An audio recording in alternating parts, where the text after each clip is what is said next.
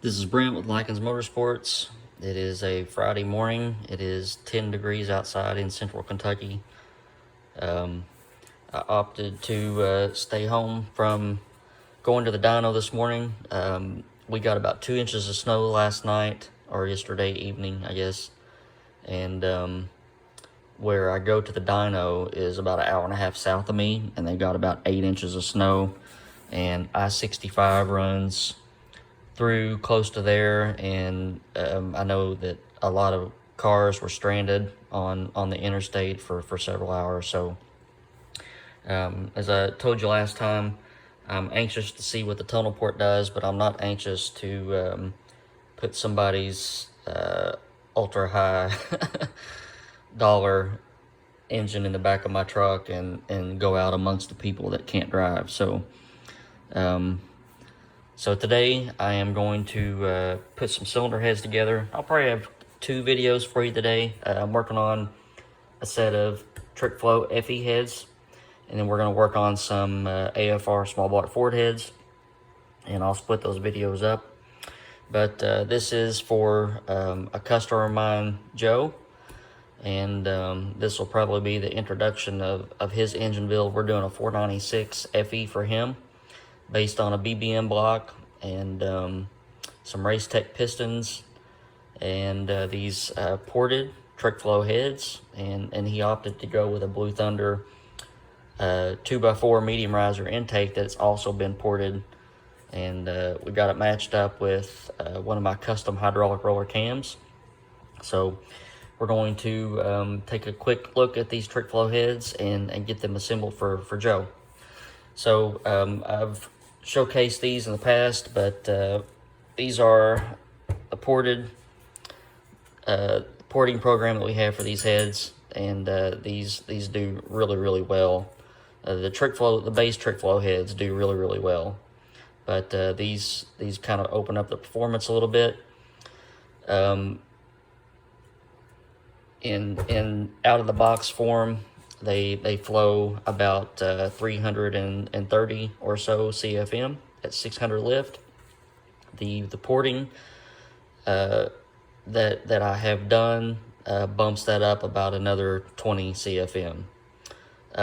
So you know that increases the horsepower, and on a 496 with a fairly mild hydraulic roller and a single carburetor intake, these heads will make almost 650 horsepower at around 6,000 RPM. So they do really well, and lots of aftermarket FE head choices out there right now, but man, these are really hard to beat, especially for the intake port volume.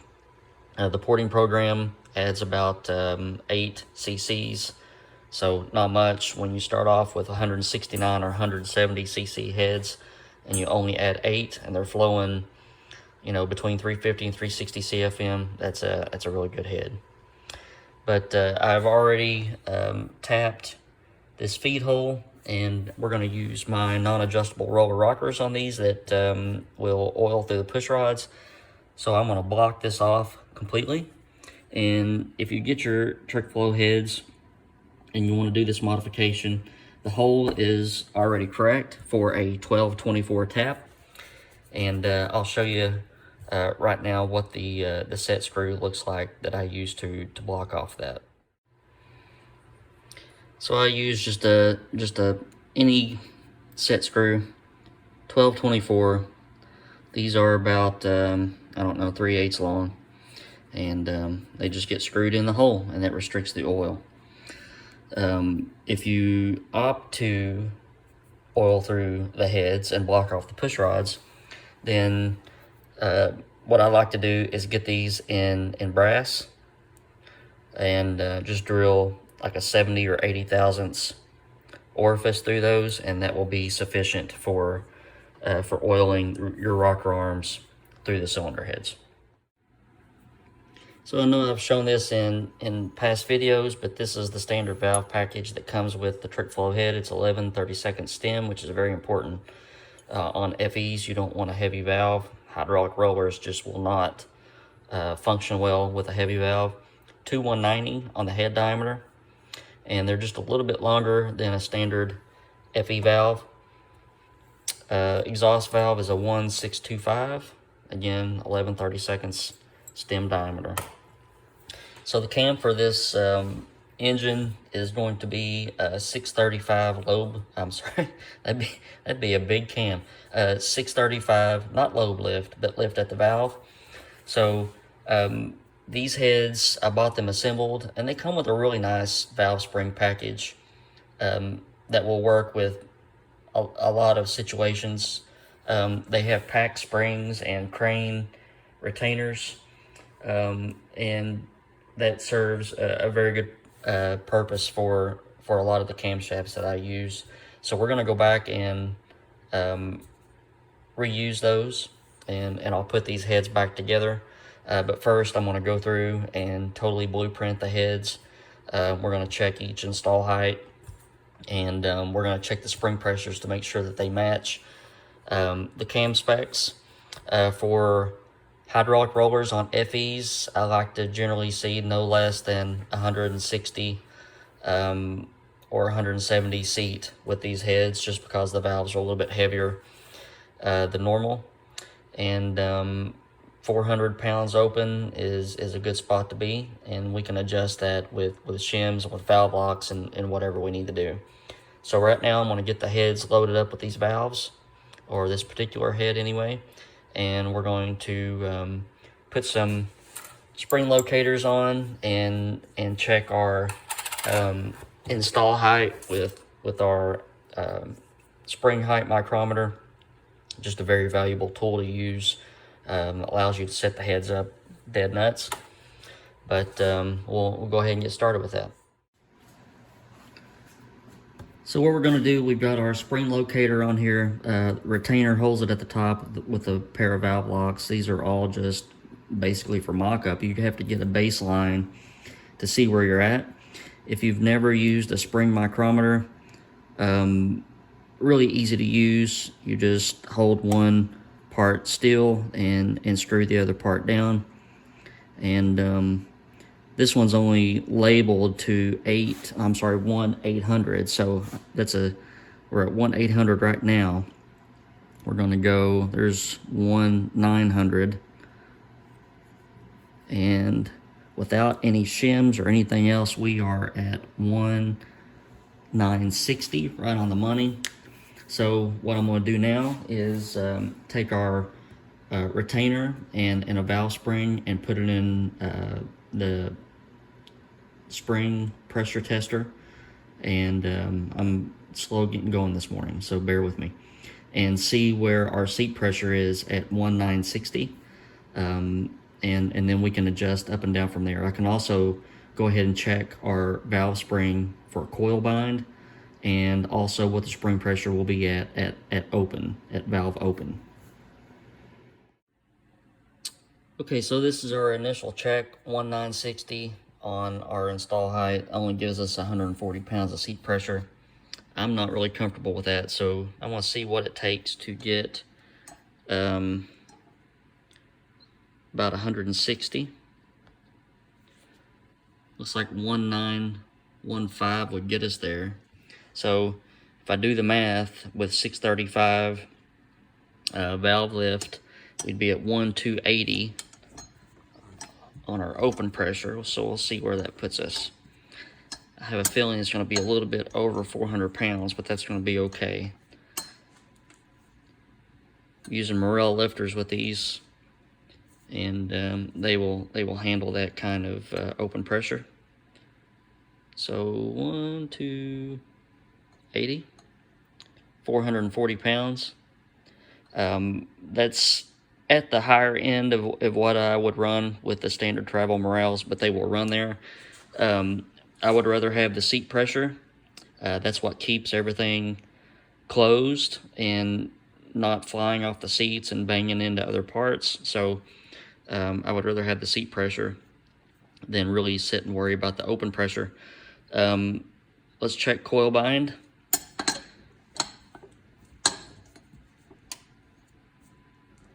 So we're binding at 1160, So that would give us about what 100 or 110 thousandths from Coil Bind, which is fine. Most of these pack springs, if you talk to the reps at Pack, they say that they recommend that you run them somewhere between 50 thousandths and around 100 thousandths. And obviously, if this was a higher RPM engine, we would do some things a little bit differently to keep the spring surge down. But this is going to be around a 6,000 RPM engine. So we're going to, I'm going to check some other springs to make sure that they follow suit on spring pressures. And then we're going to go through and check all of our install heights on our heads and get those all dialed in to that around that 1915, 1920 number. So for this cylinder head, here's what we're looking at. Pretty much around 160, 165 seat. Anywhere from 425 to 445 open. What happens when you bind a valve spring up, it usually settles everything. And I noticed that when I brought a couple of these to Coil Bind, that the open pressures changed a little bit, which is normal. So I expect some of these higher valve springs to kind of settle down a little bit. But here's all the Coil Bind dimensions. This is why it's very important on a high-end engine to coil bind all your springs. Because look at the difference between, let's look at the lowest 1124 and the highest is 1160. So there's a 36 thousandths difference. If you were to set all of your valve spring open pressures and everything by your coil bind, and you set them to if you set all of them to this number here, then you would have some really bad problems with some of these other valve springs. So this is why you check every single one and make sure that you're not going to get into any coil bind issues.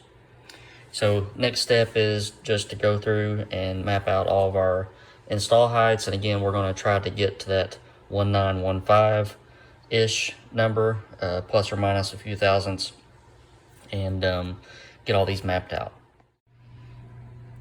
Okay, so it takes a while to do this stuff, but when you take the time to do it right, you're rewarded with good results. And I have set and adjusted a few of the TrickFlow does a really good job of doing their valve jobs and their spring pocket depths and everything, but you still get a little bit of description between, a little bit of difference in between each install height. And a couple of them I had to add an extra 15,000 shim as opposed to the others, but here we are pretty close to that 1915 number. And you know, a couple thousandths, 3 thousandths or so isn't going to hurt anything. But we've got all of our install heights mapped out and adjusted. And now what I can do is pull all the valves out and put our Viton valve seals on, and then lube the valves up and get those inserted back in, and then we can put our springs and retainers on.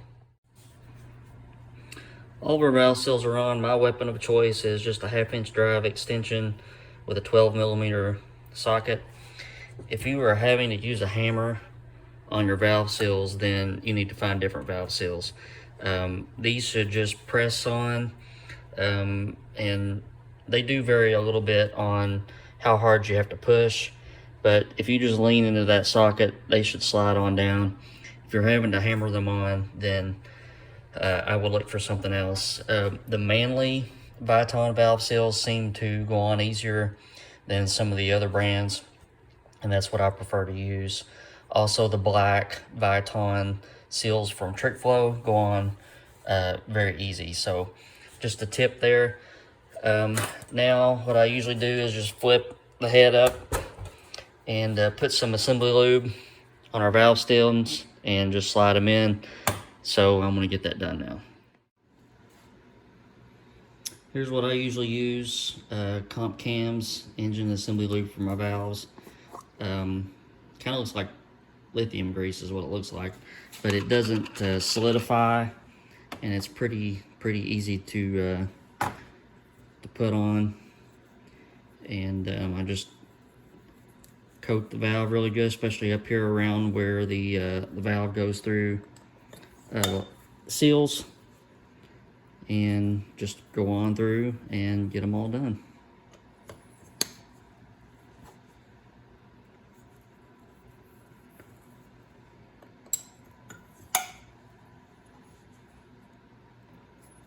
TrickFlow puts out a lot of good products. I try to use them as much as I can. I really don't prefer their Cleveland heads. I'm a CHI guy when it comes to Cleveland stuff, but their Windsor heads, especially their high ports and their twist wedge race heads, are just excellent heads, and I don't think there's a better choice for FE cylinder heads right now. But here's the last valve, and got it in, and let's put some springs on. One thing I do like to do right before the spring goes on is you always need to check your retainer to seal clearance. This is more of a problem on factory style heads. But I just check it with a pair of dial calipers. Got almost 900 thousandths clearance there, and with a 635 lift cam, we're not going to have any issues with getting the retainer too close to the seal. If you do get into that kind of situation, sometimes you can cut the guide down, or if the spring pressures allow you can run a plus 50 lock or something like that to get the retainer up further away from the seal. But you always need to compare this to your valve lift to make sure that you don't get into any situations where any parts touch. For valve spring compressor, I prefer this LSM piece. This thing will handle up to 1,400 pounds of spring pressure. I know I've had them on there.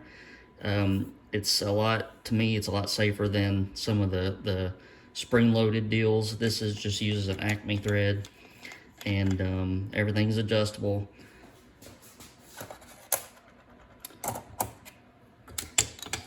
It makes for pretty quick work.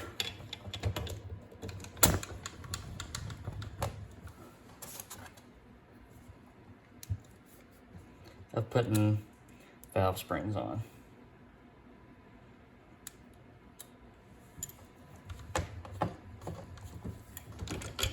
There you go. So I'm not going to bore you with putting the other 15 on or the other 7 on this head, but I'm going to go ahead and get that done now. Alright, so we have an assembled head, and I know everything was done correctly. Again, TrickFlow puts some really good parts in these heads, but I know that they don't sit and take the time to map everything out the way that an engine builder would. They're more of a, I guess, an assembly line type deal. But one last thing to do is I'm going to jam a spark plug in one of these chambers and CC a chamber just to make sure everything is kosher there. Okay, to do this, you just use some grease or some engine assembly grease or whatever around the outside of the chamber. Put your plate on. Maybe I can do a video sometime on how to set your barrette, but it's a pretty straightforward process. Just filling up the chamber with liquid.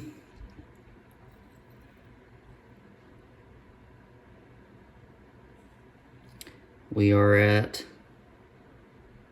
68.5 cc's. So these are advertised to be 70 cc's. Usually I see them around 69.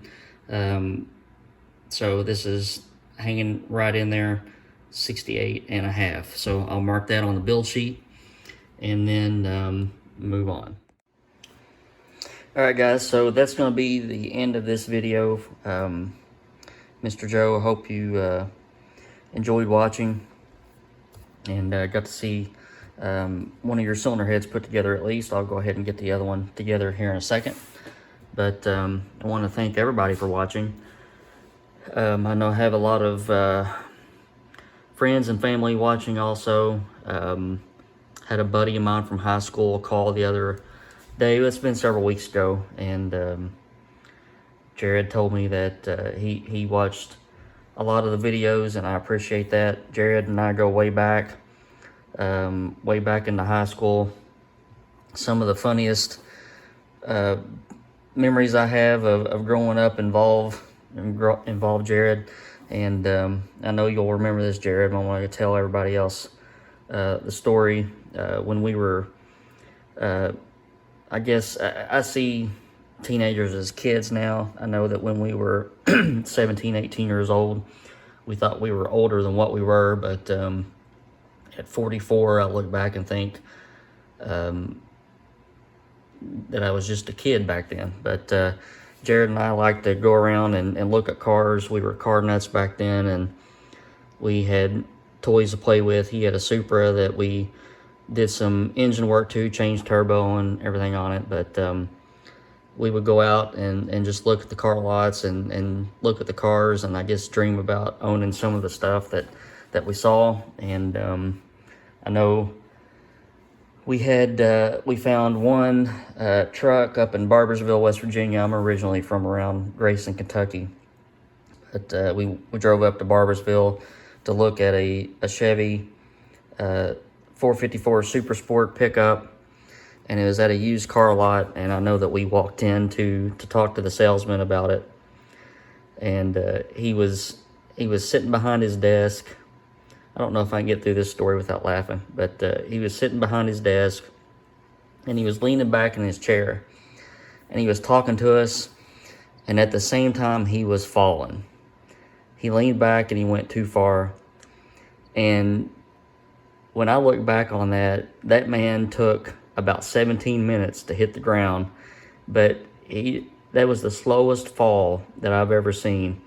And on the way down, he said, I think every curse word known to man, but Jared and I were just standing there watching, and when he hit the ground, he looked up and said, "Boys, did y'all see that?" And we kind of looked at each other like, that was hard to miss. But just some good stories and good memories growing up, and appreciate my buddies and my family watching the videos and everything. Even that supports me, and I appreciate that very much. But if you're here and you haven't subscribed yet, hit that button, subscribe. We've been having a good bump in subscribers and thumbs up people going on here in the past couple weeks, and I appreciate that very much. But stick around, we got some other videos coming up, and got some cool stuff coming through the shop. Y'all have a good weekend.